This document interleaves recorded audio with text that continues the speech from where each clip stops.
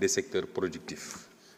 Le gouvernement travaillera à donner corps à l'ambition nationale retenue dans la vision Sénégal 2050 de développer 4 puissants moteurs de croissance, l'agriculture au sens large et les industries agroalimentaires, telles que les filières céréales locales, arachides, oléagineux, horticulture et produits forestiers non ligneux, produits d'élevage, produits halieutiques, agro-industrie, coton et sel.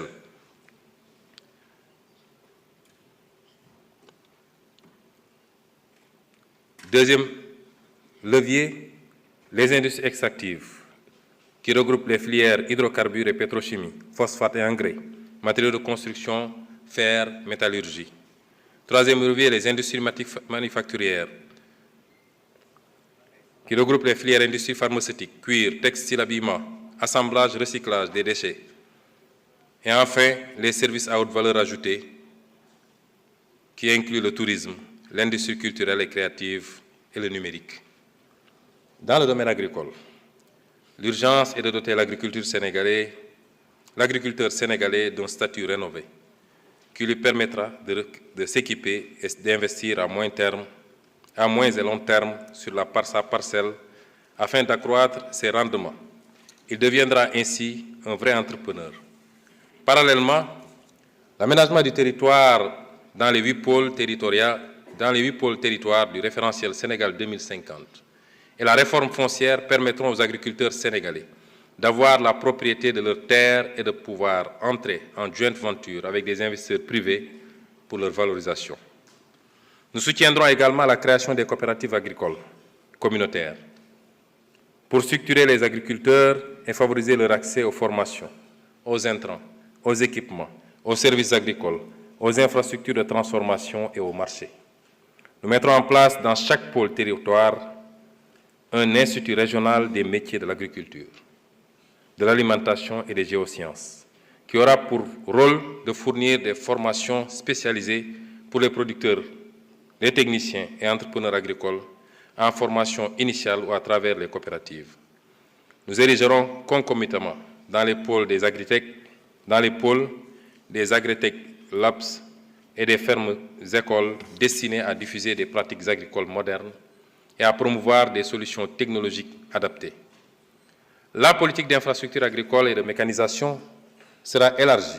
Elle sera couplée à l'accroissement des moyens financiers et matériels, ainsi que des capacités humaines des structures de recherche agricole, de formation d'encadrement et de services modernes aux agriculteurs. Les agriculteurs seront également encouragés à adopter des systèmes de production modernes, biologiques, autant que possible, durables, intelligents et résilients face au changement climatique. Nous favoriserons également l'installation à travers les coopératives agricoles communautaires de banques communales de stockage et de multiplication des semences de qualité, approvisionnées initialement par l'État sous le contrôle de l'Institut sénégalais de recherche agricole, qui sera doté de moyens adaptés. La disponibilité durable de semences de qualité en quantité suffisante suppose que les agriculteurs contribuent activement à approvisionner les banques de semences à partir de leurs récoltes. Des incitations spécifiques seront aménagées à cet effet. La diversification des spéculations sera promise, notamment celles qui contribuent à la sécurité alimentaire, celles qui se substituent aux importations ou qui ont une valeur marchande élevée. L'État accompagnera ce processus en installant partout dans le pays des infrastructures de stockage et de refroidissement des produits agricoles. Une stratégie de valorisation des produits forestiers non ligneux sera également conçue et mise en œuvre.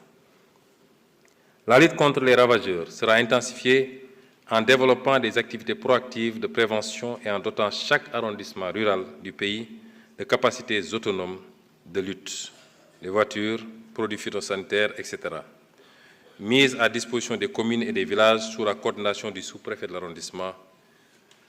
Des recherches seront également menées pour développer les techniques biologiques de lutte contre les ravageurs, et là, nous développerons une filière nationale intégrée du phosphate et de l'engrais, avec pour objectif de transformer à l'horizon 2034 sur le territoire national 100% de notre phosphate national en engrais.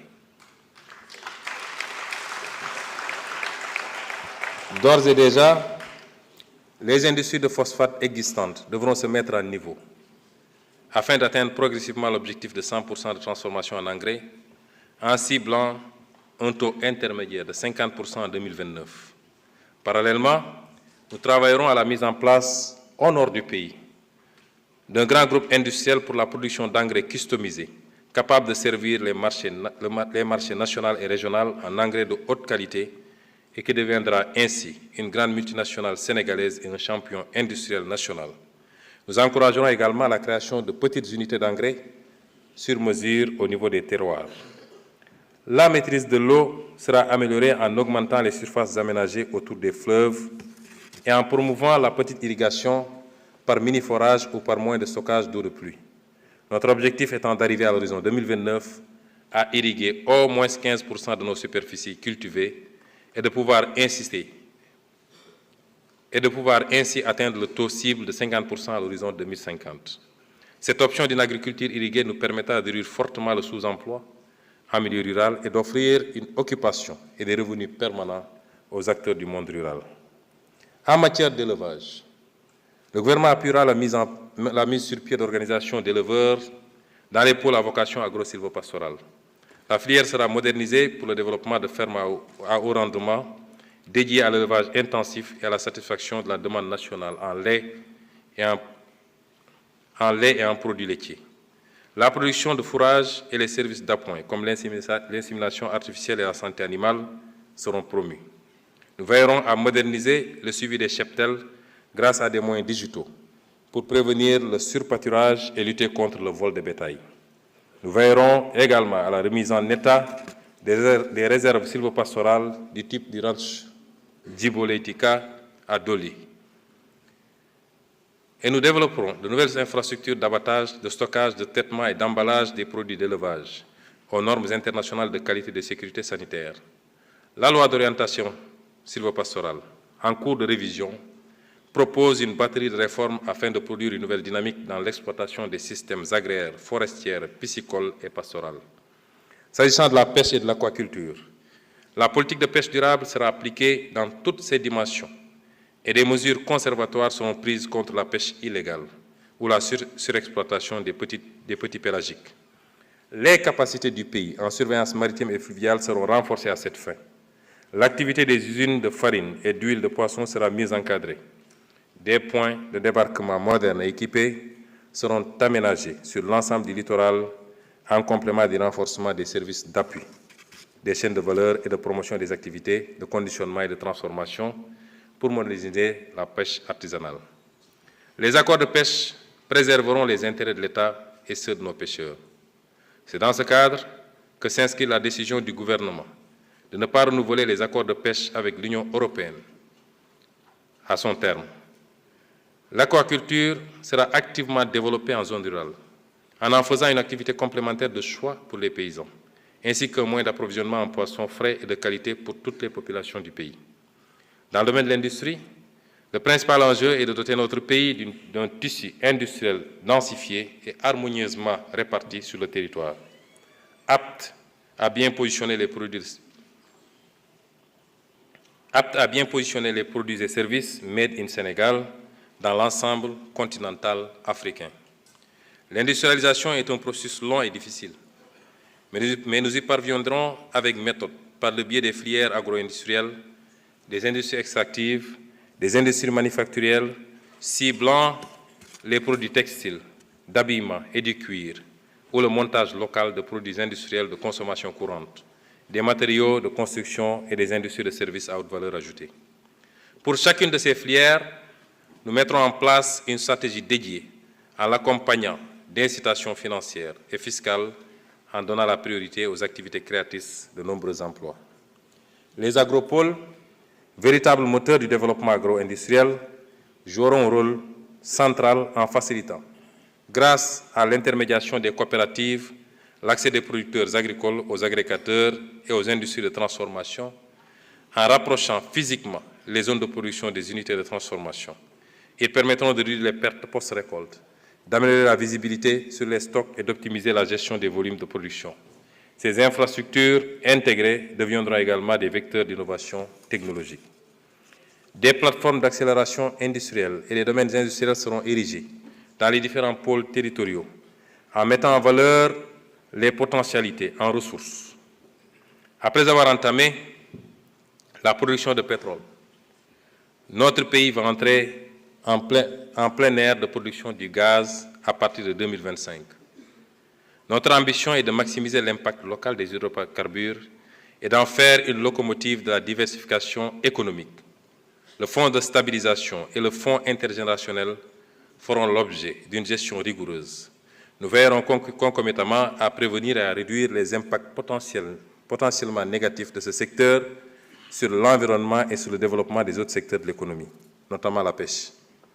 Nous procéderons à la structuration d'une filière pétrochimique pour répondre à la demande nationale et sous-régionale en produits dérivés du pétrole et du gaz. Le développement des capacités du secteur aval des hydrocarbures démultipliera les impacts des hydrocarbures sur le reste de l'économie. Nous mettrons également en œuvre, pour la réalisation rapide du projet de construction et de gestion de réseaux gazotiques Gaz to Power, afin de garantir l'approvisionnement de nos entreprises en énergie et à un prix très compétitif, de l'ordre de 60% de l'ordre de 60 francs CFA contre 110 francs CFA actuellement. Nous y associerons la restructuration de Sénélec dans le cadre de la réforme du secteur de l'énergie. Nous encouragerons également la création d'une industrie locale forte de transformation de nos importantes ressources minérales, argile, basalte, calcaire, fer, etc., en matériaux de construction, et la construction d'un hub métallurgique régional au Sénégal et d'un hub minier à l'est de notre pays. Un écosystème du savoir et de la formation au métier des mines et de la géologie sera mis en place à cet effet. Le secteur des métaux ou minéraux précieux, en particulier l'or et le zircon, fera l'objet d'une attention particulière en renforçant le contenu local de leur exploitation, à travers notamment un quota minimal d'approvisionnement du secteur artisanal et industriel local de l'or ou de transformation locale du zircon, et en limitant leur effet sur l'environnement naturel et sur les terres agricoles cultivables.